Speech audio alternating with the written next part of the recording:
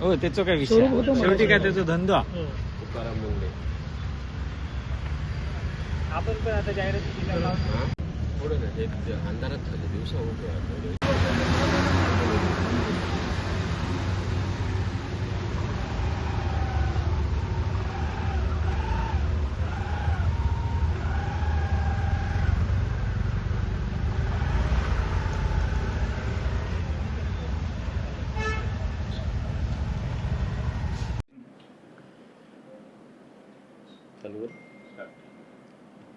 मी अन्न सुरक्षा अधिकारी अभय राजू चंदनशिवे काल मिळालेल्या माहितीनुसार कुडाळ येथे आपला बाजार हे मॉलमध्ये विनापरवाना अन्न व्यवसाय चालू असल्याची आम्हाला माहिती मिळाली होती. त्या अनुषंगाने काल 19 जून रोजी मी आणि तसेच माझे सहकारी अन्न सुरक्षा अधिकारी श्री गावित साहेब यांच्यासोबत मी सदर ठिकाणी तपासणीसाठी गेलो होतो. तर त्या ठिकाणी त्या आस्थापनेकडे अन्न व्यवसाय नसल्याचे आढळून आले.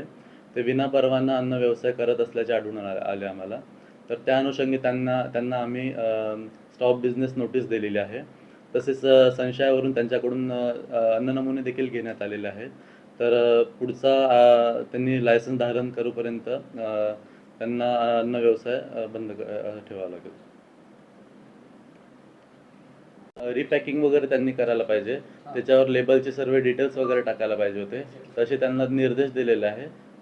पुढे तसं तुम्हाला आढळून आलं का की लेबल नसलेले रिपॅकिंग केलेले लेबल होते त्यांच्यावर, पण त्याच्यावर पूर्ण डिटेल्स नव्हते. तर त्यांना मी तसे ते पण झाल्याशिवाय जोपर्यंत लेबल्सचे पूर्ण डिटेल्स तुम्ही ॲड करणार नाही तोपर्यंत ते विकता कामा नये असे त्यांना निर्देश दिले. सर, सिंधुदुर्ग सहित अजून महाराष्ट्रापर्यंत त्यांच्या काही शाखा आहेत. अशा पद्धतीचे काही गोष्टी त्या शाखांमध्ये असतील असा काही संशयावरनं त्याही शाखांची तपासणी होणार आहे का?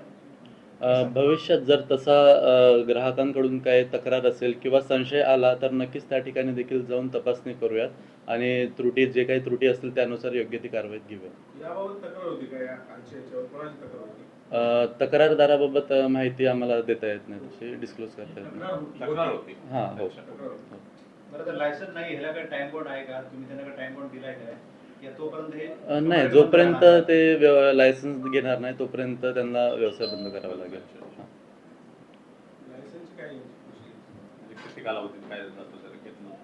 लायसन्सला अप्लाय केलं तर ते सहाय्यक आयुक्त यांच्याकडे ते अप्रुव्हलसाठी येतं. ते चेक करतील, पडताळणी करतील. जर त्यात काही त्रुटी असतील तर त्यांना त्रुटी सांगतील आणि त्रुटी नसेल तर मग त्यांना अप्रुव्हल करून लायसन्स त्यांना ग्रँट केलं जातं. त्याच्यावर ॲडज्युडिकेशन दाखल करतो आम्ही. ते ठाण्यामध्ये ॲडज्युडिकेशन चालू असतं. नाही, माझी पहिलीच पोस्टिंग आहे तर माझी तरी पहिलीच कारवाई होती. आजपासून बंद आहे? हां, कालपासून. हां, काल कारवाई केली. तुम्ही सील मारलं की नाही, सील नाही मारत आम्ही. व्यवसाय न करण्यासाठी नोटीस देतो. पण त्याच्यामध्ये असलेला जो माल आहे जो तुमच्या दृष्टीने तर त्याची विल्हेवाट ते वेगळ्या पद्धतीने त्यांनी दुसऱ्या स्टोअरला पाठवलं तर वगैरे त्याच्यावर तुमचे निर्बंध असणार आहेत का? विक्री नाही करतायत ते. आतमध्ये सुधारणा वगैरे ते करू शकतात पण त्याची विक्री नाही करू शकत.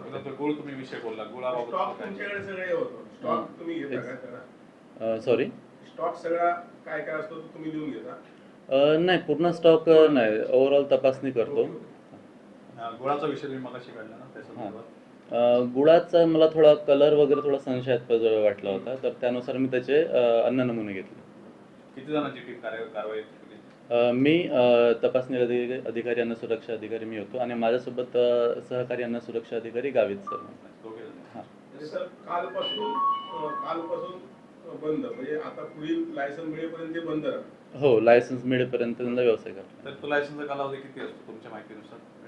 सगळे कागदपत्र पूर्ण असं करतील? त्यांना 2 असं म्हणजे चान्स दिला जातं की बा कागदपत्र हे सबमिट करा किंवा त्रुटी असेल तर त्याची पूर्तता करायला सांगतात. जोपर्यंत ते त्रुटीची पूर्तता करणार नाही तोपर्यंत लायसन्स ग्रँट नाही. आपला बाजार जो शॉप होता त्या मालकांचं नेमकं नाव काय किंवा त्याबाबत थोडी माहिती द्या. मालकांचं नाव नाईक म्हणून होतं. त्यांनी पूर्ण डिटेल्स डिस्क्लोज केले नाही. स्टोअर मॅनेजर म्हणून अमोल सुतार म्हणून होते. तर त्यांच्याच store as a store manager म्हणून त्यांच्या नावानं मी सर्व कारवाई केलेली. म्हणजे आता ही जी कारवाई झाली ती स्टोअर मॅनेजरच्या नावानं झाली की मालकाच्या नावानं? स्टोअर मॅनेजर 1000 व्यक्ती स्टोअर मॅनेजर होते, तर त्यांच्या नावानं तपासणी 1000 व्यक्ती म्हणून तपासणी घ्यावी लागते.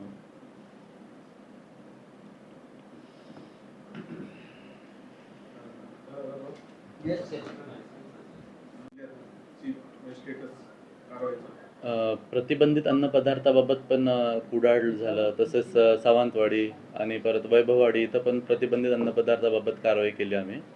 त्यामध्ये गुटखा पकडून त्यांच्यावर गुन्हा दाखल देखील केलेला आहे.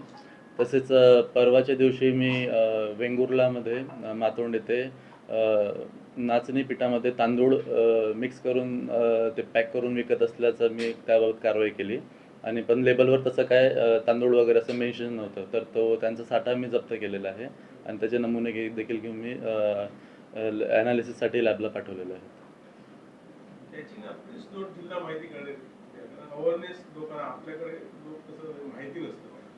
आपण जी काय कारवाई करतो ती जिल्हा माहिती मार्फत प्लीज नोट द्यावी आपण. DIO तर्फे द्यावी. संपूर्ण जिल्ह्याचे